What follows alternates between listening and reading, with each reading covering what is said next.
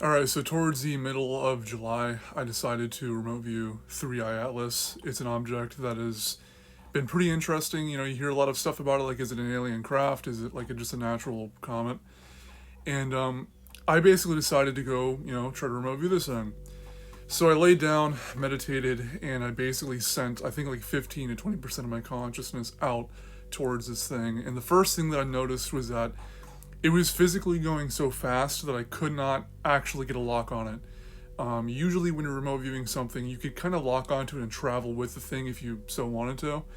But this is going so fast that that did not seem practical or possible for me at all at the time, right? So, for my orientation, the solar system was basically directly above and behind where my head was, and this object basically flew at like Mach speed, from my vision, of course, down to up, and it looked like it was glowing in all directions. That could just be the fact that it was going so fast that I couldn't really make out the shape or too many details. But it essentially went so fast, and it was so bright, and it looked so like omni lit, if that's even a word to put to it, that it actually left like a light trail effect, the same kind of effect that occurs whenever you shine a really bright flashlight in your eye and you like move the light really fast, right?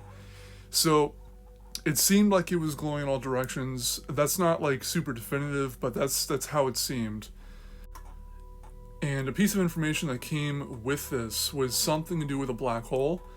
I don't know how that relates. Maybe at some point a black hole, slingshotted this object at like Mach speed, but some say that this thing is coming from like against the flow of the natural rotation of the galaxy or something like that. So if I were to put two and two together, I would assume that maybe the black hole has something to do with its trajectory, its speed, and why it's flowing against the rotation of the galaxy.